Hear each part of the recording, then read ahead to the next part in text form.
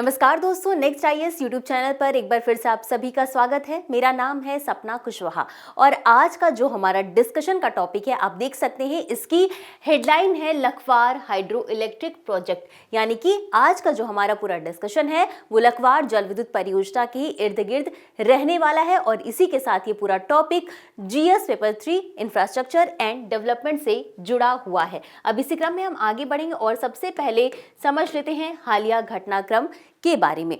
तो जैसा कि हमने आपको बताया कि आज का जो हमारा पूरा डिस्कशन है वो लखवार जल विद्युत परियोजना के बारे में है, तो इसलिए हमारे लिए जाना जरूरी हो जाता है कि ये परियोजना जो है वो किस राज्य में है, किस स्थान पर है। तो उत्तराखंड के देहरादून जिले के लोहारी गांव में यमुना नदी पर ये परियोजना निर्माणाधीन है। अब इसे हाल ही में जल शक्ति मंत्रालय के द्वारा उच्च स्तरीय समीक्षा की गई और उसके बाद इस परियोजना को गति मिली है। इसके जो महत्वपूर्ण बिंदु हैं मैंने आगे एक एक करके समझने का प्रयास करेंगे और इसी क्रम में आपको बता दें ये जो परियोजना है इसका विकास उत्तराखंड जल विद्युत निगम लिमिटेड के द्वारा किया जा रहा है। अच्छा, इसके ऐतिहासिक पृष्ठभूमि पर भी एक बार नजर डाल लेते हैं।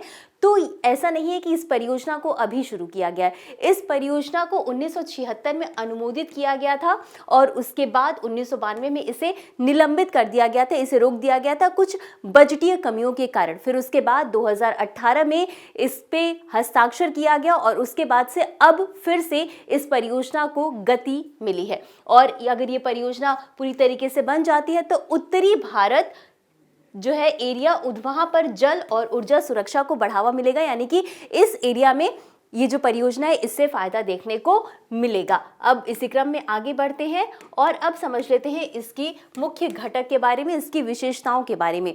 तो यहाँ पर 204 मीटर ऊंचा एक कंक्रीट का गुरुत्वाकर्षण बांध इस पे बनाया जा रहा है। गुरुत्वाकर्षण बांध बनाने का ये फायदा होगा कि वहां पर जो पानी का बहाव है उसको रोका जा सकेगा और इसी के साथ यहाँ पर 3 ऊर्ध्वाधर फ्रांसिस टरबाइन भी लगे हैं और बिजली जो भी बनेगी वो पूरी तरीके से भूमि के अंदर बनाई जाएगी। अब ये जो 3 ऊर्ध्वाधर फ्रांसिस टरबाइन है इनकी प्रत्येक की क्षमता 100 मेगावाट है और इस तरीके से इसमें ये जो परियोजना है इसकी कुल स्थापित क्षमता की बात करें तो ये 300 मेगावाट है। और एक और बात याद रखिएगा, 612.93 गीगावाट बिजली उत्पन्न होने की संभावना बताई जा रही है इस परियोजना के माध्यम से। अब आगे बढ़ते हैं और अब समझ लेते हैं इसकी जल प्रबंधन और आपूर्ति के बारे में। और इसी क्रम में हम सबसे पहले ये जानेंगे कि आखिर ये जो परियोजना है उसको बनाने के लिए लागत कितनी लगी। तो इसकी अनुमानित लागत जो है वो 3,966.51 करोड़ रुपए है।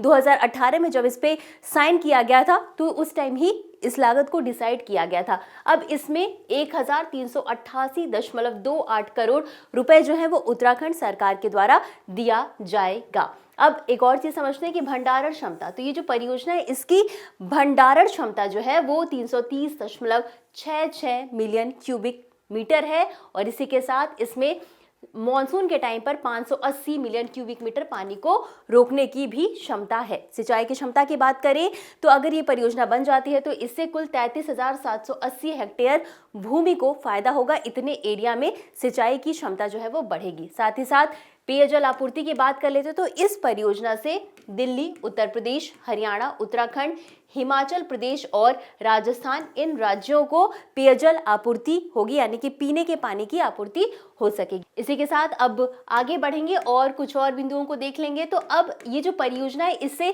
कई और परियोजनाएं भी जुड़ी हुई हैं।